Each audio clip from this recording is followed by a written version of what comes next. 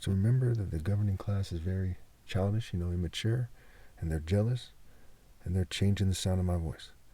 In this video, I'll be discussing Hosea 5 and other parts to help you understand why the nerd and the social club guy, the English Royal, for example, Freemason, you name it, and the craftsman and every other type of person is inferior to the Royal African Falcon, top martial artist. Deeds factor in big time.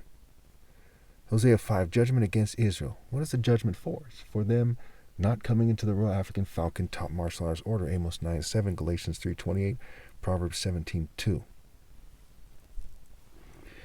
Hear this, you priests. Pay attention, you Israelites. Listen, royal house, this judgment is against you. You have been a snare at Mizpah, a net spread out on Tabor. The rebels are knee-deep in slaughter. I will discipline all of them. I know all about Ephraim. Israel is not hidden from me. Ephraim, you have now turned to prostitution. Israel is corrupt. Their deeds do not permit them to return to their God. A spirit of prostitution is in their heart.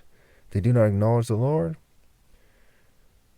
Israel's arrogance testified against them. The Israelites, even Ephraim, stumble in their sin. Judah also stumbles with them. So the refusal to be moral testifies against them. They stumble in their sin. They lie about God. They do not have the righteous deeds. So the people who wrote the Bible, especially the Torah, they're telling the person who is reading it to consider their deeds, right? Are they truly holy? No. Do they have righteous deeds? No. Do they have anywhere near a justification to be in charge? No. And neither do the whites or the Jews, even though they swear up and down that they do. They don't. When they go with their flocks and herds to seek the Lord, they will not find him. He has withdrawn himself from them. So God is not with them. They're not supposed to lead, and God is not even with them. His spirit is not with them. They are not in God's spirit. They are unfaithful to the Lord. They give birth to illegitimate children. When they celebrate their new moon feasts, he will devour their fields. So God will punish them for trying to pretend they're holy, doing mere human rules, customs, traditions, rituals, going to the mosques, churches, synagogues, not just the Jews, but the Gentile as well. It says God will punish them. God is withdrawn from them. Their children are illegitimate. And I'm not saying this to insult the Jews, okay? I'm reading what a Jew has said about the Jews according to the Jews in their own book, which is the main book for the Jews. Pretty straightforward, right? Are the Jews then to say that that rabbis are anti-Semitic? And just because I'm smarter than the rabbis are, all put together, doesn't mean that I'm anti-Semitic. I'm just merely telling the truth. If the truth is anti-Semitic, you think the truth should be covered up? No. Sound the trumpet in Gibeah, the horn in Ramah, raise the battle cry in Beth Aven. Lead on Benjamin. Ephraim will be laid waste on the day of reckoning.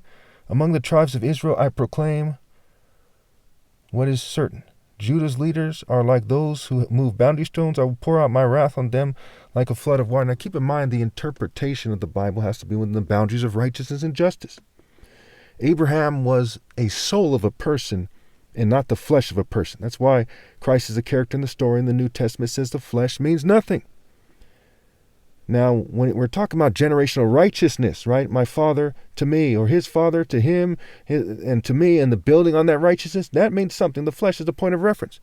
But when we're talking about a people that's went astray in their own book, can they then say, well, I'm related to X, Y, and Z? The covenant is clearly not about them. The covenant is about the righteous with God.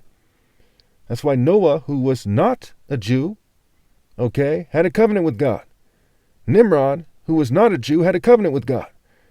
So it was with the soul of Abraham, and not the flesh-based offspring. Thus the idea of Cain and Abel and so on and so forth. And in Galatians 3:28 it says, there's no Jew or Gentile, which overkills, and I'm right.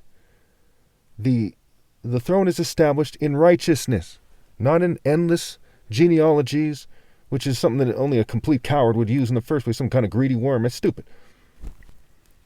Okay, so it goes on to say that Ephraim is oppressed, trampled in judgment, intent on pursuing idols. I am like a moth to Ephraim, like rot to the people of Judah. When Ephraim saw his sickness and Judah his sores, then Ephraim turned to Assyria and sent to the great king for help. But he is not able to cure you and not able to heal your sores. So they keep looking in the wrong places. They look to each other when they're wicked, and they're not qualified to lead, and they never will be qualified to lead ever again. I'm the last valid leader of any group, any race ever possible. Everything else is just complete nonsense, which is an outrage to the Lord. It's all Babylon system nonsense.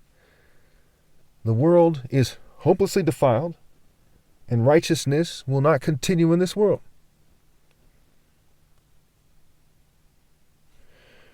For I will be like a lion to Ephraim, like a great lion to Judah. I will tear them to pieces and go away. I will carry them off with no one to rescue them. Then I will return to my lair until they have borne their guilt and seek my face. In their misery they will earnestly seek me. Who? Who's it talking about? What's left of the righteous. That's where the word tribe is a play on words for tribe be. What's left of the righteous. Try to be righteous in the divine order. Proverbs 16:10 through 12. What's left of the righteous will earnestly seek God. Who, what, when, where, how, why. And they'll be taken out of this world. Heaven and earth will pass away. If you worship the devil, who's said to be the god of this world, specifically the evil in this world, then you interpret it as magically the kingdom of heaven magically comes to the damn earth, which is outrageous. If you worship God, you interpret it as that they're not talking about this planet, because that's not righteousness and justice. That's Babylon's argument. They have been social engineering. They have been controlling breeding for generations, while they're cheating and raping and killing and drugging everyone. It is not a just and righteous ending for the earth, okay, to receive the kingdom of heaven and the offspring of the wicked to receive it. That's insane. Now, it's part of where their wordplay is wrong, where they say the word serpent is repents scrambled. Okay? No, they don't repent in time. That's not how it went. They're all worshiping the devil, completely afraid to man up. There's not a man among them. The offspring of the wicked, all those who cheat me out of my right to lead, are people who are not men, and they're not women. They're just scum that never grew up. Okay, so let's overkill this. Let's look at Hosea 6, verse 5. Therefore I cut you in pieces with my prophets. I killed you with the words of my mouth, and my judgments go forth like the sun.